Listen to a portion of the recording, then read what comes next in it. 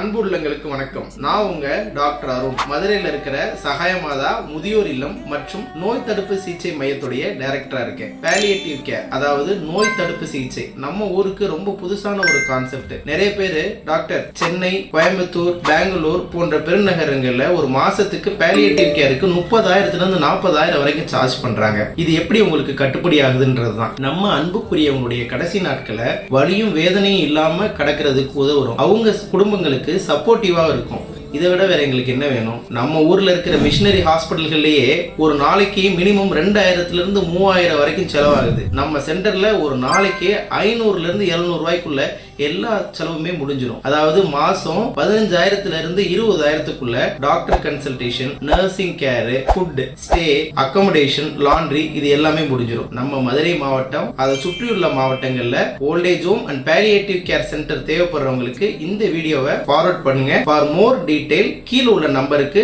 தொடர்பு கொள்ளுங்க. நன்றி.